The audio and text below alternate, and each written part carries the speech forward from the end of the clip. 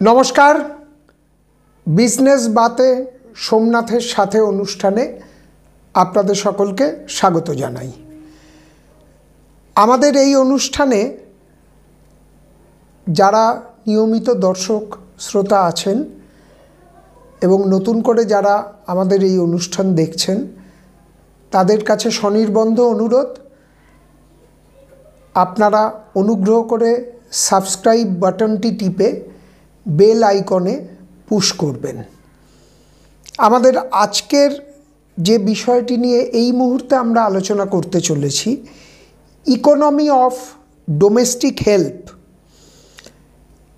Economy of domestic help অর্থাৎ গৃহস্থালির কাজের লোকেদের কেন্দ্র করে যে অর্থনীতি গড়ে উঠেছে তাকে মাথায় রেখেই আজকে আমাদের এই আলোচনা। একটা সিনেমার কথা আপনাদের বলি, গল্প হলেও সত্যি। প্রবাদ প্রতিম সিনেমা পরিচালক তপন সিনহার এই সিনেমা বাঙালি জীবনের মাইল ফলক হয়ে আছে। বাংলা সিনেমার বড় ছোট প্রায় 1 ডজন অভিনেতা অভিনেত্রীর স্মরণীয় অভিনয় ডোমেস্টিক হেল্পদের অর্থাৎ গৃহস্থালির কাজে যারা যে সমস্ত মহিলা এবং ইদানিং পুরুষেরাও জড়িয়ে রয়েছেন, তাদেরকে একটা সম্মানীয় জায়গায় পৌঁছে দিয়েছিল এই সিনেমাটি। রবি ঘোষের সেই রান্নার ঠাকুরের অভিনয় যারা দেখেছেন, যারা নতুন প্রজন্মের দেখছেন, তারাও কিন্তু এর থেকে বেরোতে পারছেন না।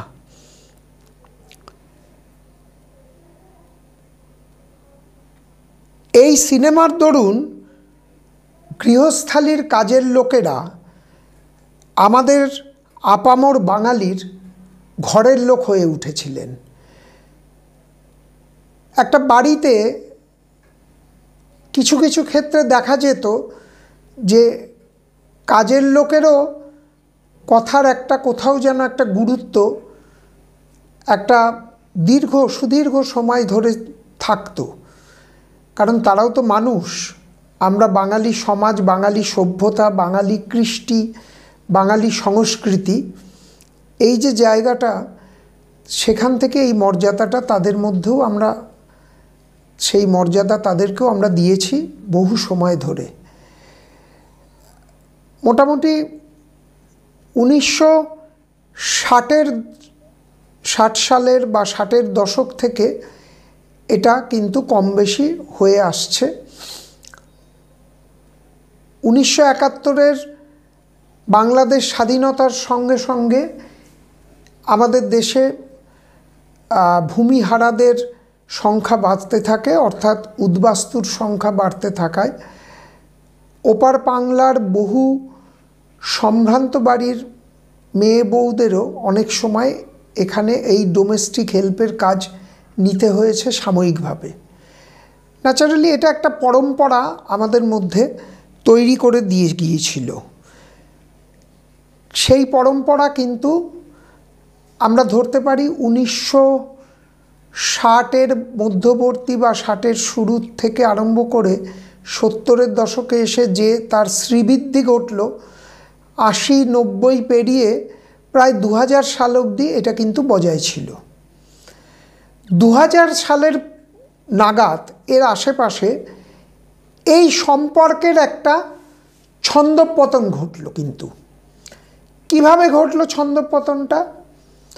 অসংগঠিত ক্ষেত্রের শ্রমিকদের একত্র করার কাজ সেই সময় কিন্তু রাজনৈতিক দলের আড়ালে বা রাজনৈতিক দলগুলির মদতে এক ট্রেড ইউনিয়ন তৈরির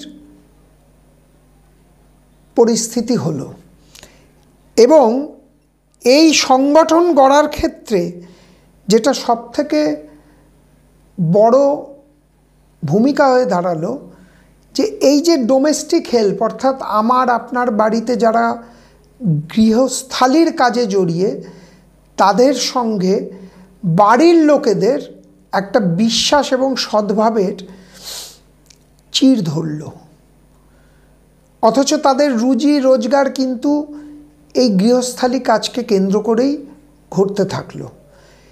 এর সঙ্গে যেটা আরেকটা জায়গা তৈরি হলো যে পশ্চিমবঙ্গের বহু কল কারখানা একে একে বন্ধ হতে শুরু করলো, ফলে গৃহস্থালীর কাজের লোকের একটা যোগান কিন্তু বাজারে বেড়ে গেল এবং এই সাপ্লাই অর্থাৎ যোগান এবং চাহিদার মধ্যে ভারসাম্যের জায়গাটাও কিন্তু কিছুটা নড়ে চড়ে উঠল। এই সামগ্রিক পরিস্থিতিটাকে কেন্দ্র করে এই অসংগঠিত ক্ষেত্রের মানে শ্রমিকের মর্যাদা দেওয়ার একটা যে প্রচেষ্টা শুরু হলো, সেখানেই কিন্তু এই ডোমেস্টিক হেল্পদের ভূমিকাটা আস্তে আস্তে কমতে লাগলো। প্রান্তিক স্তরের মানুষদের ব্যবহার করে অর্থনীতির একটা ক্ষুদ্র অংশকে কিছুটা ডিস্টেবিলাইজ করে দেওয়ার যে পরিস্থিতি হয়েছিল বা পরিস্থিতিটা এখনও সমানভাবে বজায় রয়েছে, সেই জায়গায় কিন্তু অচিরেই একটা আঘাত এলো। এবারে প্রশ্ন হলো যে এই যে একটা অসংগঠিত ক্ষেত্রের লোকেদের নিয়ে যে একটা সংঘবদ্ধ করার প্রচেষ্টা, একটা ট্রেড ইউনিয়ন, সেটা যে এই রকম কাজের লোকেদের নিয়ে কতটা যুক্তিযুক্ত সেই প্রশ্নে কিন্তু মানুষ বিভক্ত হয়ে পড়ল এবং যার জন্য এই গৃহস্থালীর লোকেরা অচিরেই কাজ হারালেন, তারা আবার অনেকেই কাজ হারালেন এবং তারা বিভিন্ন অন্য রকম পেশা খুঁজতে লাগলেন বা যুক্ত হতে লাগলেন। সেগুলোর আমাদের আলোচনার বিষয় এই মুহূর্তে নয়, কিন্তু গৃহস্থালীর কাজের লোকেরা কি পেল? তারা যেটা পেল ম্যাক্সিমাম ক্ষেত্রেই এখন আমরা দেখতে পাচ্ছি প্রতিটি বাড়িতে মাসে 2 দিন ছুটি, আর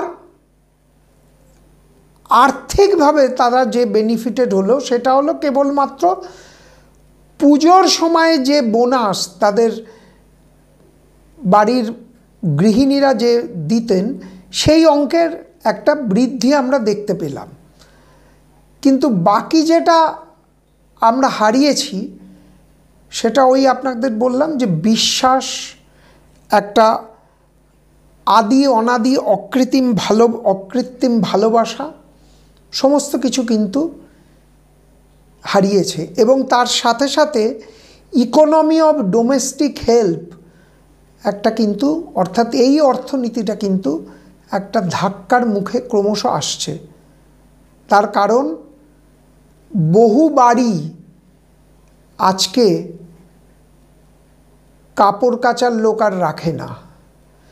অচিরেই আগামী দিনে দেখব কাপড় কাচার লোকের জায়গা যেমন ওয়াশিং মেশিন নিয়েছে, বাসন মাজার জায়গাও কিন্তু ইতিমধ্যেই নেওয়া শুরু করেছে ডিশওয়াশারের আপনারা বলতে পারেন যে আমরা ট্র্যাডিশন যে বাসনপত্র ব্যবহার করি সেগুলোর হয়তো অ্যাপ্লিকেশন ডিশওয়াশারে অতটা নেই।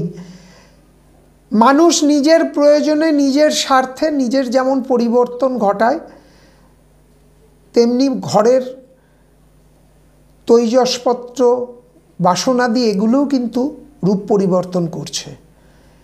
অর্থাৎ ইকোনমি অফ ডোমেস্টিক হেল্প আরও ডাউনওয়ার্ড হবে। আমাদের এখানেই রুজি রোজগারের যে একটা দিক সেটা কিন্তু ক্রমশ ক্ষয়িষ্ণু হতে চলেছে বলেই মনে হচ্ছে। বিজনেস বাতে সোমনাথের সাথে আজকে এই প্রশ্নচিহ্নের মধ্যেই আপনাদের ছেড়ে দিয়ে শেষ হচ্ছে। আপনারা যারা আজকের এই অনুষ্ঠান দেখলেন তাদের সকলকে ধন্যবাদ। নমস্কার।